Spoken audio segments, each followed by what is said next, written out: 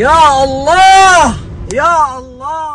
Iran Israel সংঘাত নতুন এক মোড়ে পৌঁছেছে।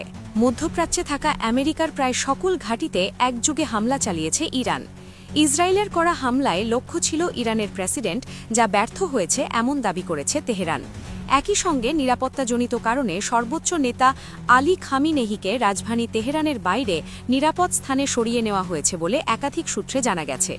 এই ঘটনাকে কেন্দ্র করে উত্তেজনা দ্রুত ছড়িয়ে পড়ছে গোটা অঞ্চলে।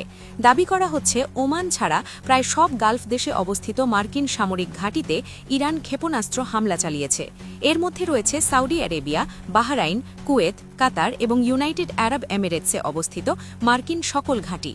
সামরিক বিশ্লেষকদের মতে এতদিন ইসরায়েলি হামলার জবাবে ইরানের প্রতিক্রিয়া ছিল সীমিত ও হিসাবকৃত, কিন্তু এবার পরিস্থিতি ভিন্ন। তেহরান এটিকে তাদের নিরাপত্তা ও অস্তিত্বের প্রশ্ন হিসাবে দেখছে, ফলে প্রতিক্রিয়াও হতে পারে আরও বিস্তৃত ও কঠোর। এদিকে ইসরায়েলের প্রধান শহর টেল আভিভে নতুন করে ক্ষেপণাস্ত্র হামলা শুরুর খবর পাওয়া যাচ্ছে। সাইরেন বাজছে বিভিন্ন এলাকায়, আকাশ প্রতিরক্ষা ব্যবস্থা সক্রিয় রয়েছে।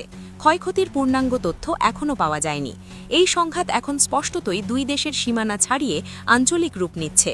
উপসাগরীয় অঞ্চলে মার্কিন সামরিক উপস্থিতি সরাসরি টার্গেটে পরিণত হওয়ায় পরিস্থিতি আরও জটিল হয়ে উঠেছে। প্রশ্ন এখন একটাই, এই উত্তেজনা কি পূর্ণমাত্রার আঞ্চলিক যুদ্ধে রূপ নেবে, নাকি আন্তর্জাতিক কূটনৈতিক চাপ পরিস্থিতিকে নিয়ন্ত্রণে আনতে পারবে? মধ্যপ্রাচ্যের আকাশে এখন যুদ্ধের শঙ্কা আরও ঘন।